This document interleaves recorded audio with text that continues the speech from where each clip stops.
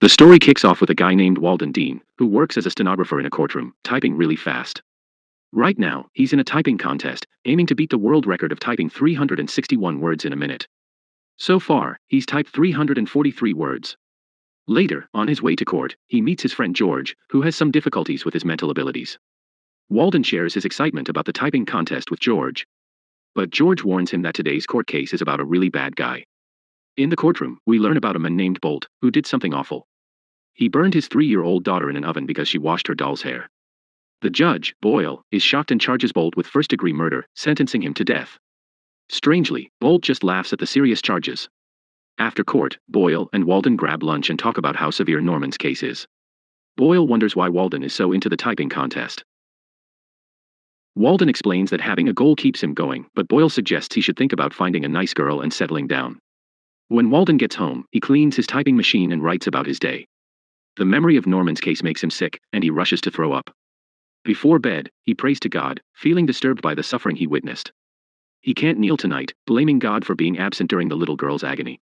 The next day, Walden goes to the hospital for a checkup and sits next to an old man having a nightmare. The doctor says everything is normal and thinks Walden's vomiting is from job stress. Leaving the hospital, the old man pleads with Walden to stop her, but Walden doesn't get it and excuses himself. In the next scene, cops are partying when a couple rushes in, worried about their missing son, Cal, who disappeared that morning. Detective Bill questions why she's so sure it's a kidnapping, and she shares that 4 Mexican boys have gone missing recently. She believes the culprit targets them because they think Mexican children don't matter to the law. Bill reassures her that everyone is important. Later, Walden is in court dealing with another disturbing case. Suddenly, he sees a vision of his deceased mother and passes out. In the hospital, the doctor tells him he has a brain tumor called meningioma. Walden recalls a suspect with the same condition who took her own life. He worries about dying, but the doctor says it might be curable if diagnosed early. Despite the seriousness, Walden remembers his typing competition and decides to leave. In the competition, Walden types an impressive 351 words per minute. Emily, a woman at the event, praises his talent and asks about his background. Walden reveals his family history of stenographers and the sentimental value of his father's steno machine. At the police station, Sally informs Bill about the disappearance of 8 Mexican kids in the last decade. That evening, Walden meets his father at a bar and shocks him by ordering whiskey. Walden asks his father to go back home, but he refuses, criticizing Walden's focus on the typing competition as a waste of life. Later, at a pharmacy, Walden witnesses a robbery. Instead of standing by, he smashes a whiskey bottle into the robber's face, surprising everyone. Bill and Sally commend him, but Walden feels guilty and apologizes. Back home, Walden reflects on his troubled childhood with an abusive mother. She eventually left with his dad's brother and died in a car accident. Walden felt relieved because he never liked his mother. The next day, Walden learns that Norman, the culprit from the previous case, was released due to a technicality. Angry cops share that he even ordered a new stove, adding insult to the tragedy. Disturbed, Walden returns home and turns to alcohol. Finally, the man can't hold back his anger anymore and does something out of the ordinary. He goes to Norman's house and puts his head on a stove. Norman begs him to stop, but the man is furious, saying Norman shouldn't have been released from jail. In a fit of rage, he turns on the stove and cooks Norman to death. Returning home, he lies on his bed, feeling satisfied. The next morning, Bill calls to inform him of Norman's death. Acting surprised, Walden pretends it's terrible to have your head cooked on a brand new stove. In the next scene, the cops find the missing kid, Cal, in the woods. His mother is devastated, and Bill tries to comfort her. Walden arrives, horrified by the grim situation. At Cal's funeral, the priest suggests that the child is now in a better place with God. But Bill gets angry, questioning how God could allow the violation and murder of a 9-year-old. We learn that Cal's last meal was candy bars. After the funeral, Judge Boyle praises Walden for confronting the robber. Walden tries to apologize, but Boyle assures him he did nothing wrong. Concerned about the town's safety, Boyle gives Walden a permit to carry a gun, advising him to be safe. Later, Emily visits Walden at the court, inviting him to a family event. Initially hesitant, Walden agrees. They go to her house, where he discovers Emily's dad and his dad were friends.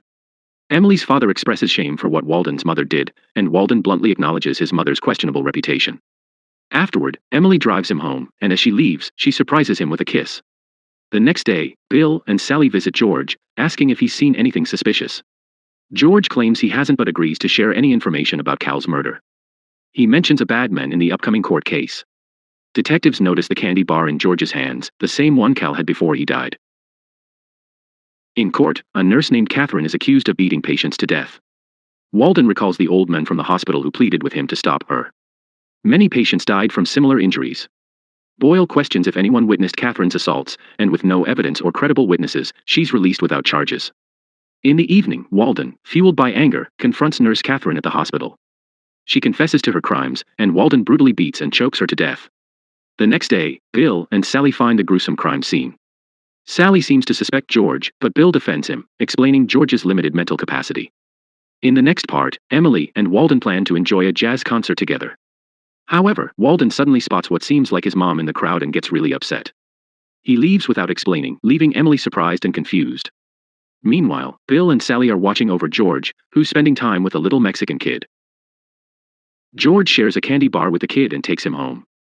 Detectives enter George's house, finding him and the boy playing video games. The kid assures them that George hasn't harmed him, but they still arrest George. The next day, Walden visits the police station and asks Bill why George got arrested. Bill thinks George might be linked to Cal's death, but Walden disagrees, saying George is his friend and he trusts him. In George's cell, Walden asks if he kidnapped and killed the kids, but George denies it, saying they were just playing. Walden promises George that he won't let anything bad happen to him. Back home, Walden is acting strangely and drinking when Emily arrives. She scolds him for leaving her alone and not answering her calls. To calm her down, he kisses her, and they end up making love. Later, Emily discovers Walden's journals where he wrote about his childhood traumas. Walden refuses to throw them away, saying those memories are all he has. Emily decides to leave, and Walden understands that she can't fully understand him. Later, Walden calls Bill to say that George is innocent. Walden explains that George always describes the culprits as bad men, even if they're women like the late Nurse Catherine. Before Bill can respond, Walden hangs up and follows thugs harassing women. He confronts them, but they brutally stab him. Walden manages to shoot and kill one thug before passing out. The next day, Bill informs George about Walden's injury. George wants to show them something bad and takes them to an abandoned building. Refusing to enter, George says it's a bad place. After handcuffing him, the police discover the skeletons of the missing Mexican kids. Bill explains that the victims had told George about this place, where a bad man brought them and made them do horrible things for money. While Walden is in the hospital, he wakes up, and his dad is really emotional to see him. Fast forward 3 weeks, and Walden is finally out of the hospital, living with his dad. Boyle, the judge, pays him a visit to check on him and praises his bravery. Later, Walden notices Boyle's impressive car. While checking it out, he finds a torn piece of fabric from the back seat, surprising and upsetting him. That night, Walden prepares for something, loading his gun. He surprises Boyle at his house, confronting him about the dead kids. Walden reveals that the torn fabric is from Cal's clothes. Boyle admits to his sick attraction to the smell of kids and confesses to hurting them since he was 17, even having a thing for Walden when he was a kid. Boyle plans to confess, but Walden insists on taking responsibility for bringing him to justice. In the next scene, Bill and Sally visit Walden at home, hinting that they know he was the vigilante they were after. They clear him of charges related to shooting a thug, claiming there were witnesses saying he acted in self-defense. Walden is surprised, knowing there were no witnesses. The police later find Boyle dead in his house, an apparent suicide. In Walden's typing competition, he types at an incredible speed, just 2 words away from breaking the world record. In the final scene, he reads about a new suspect accused of killing 7 people. The defendant denies the charges, and Walden is left contemplating his next move.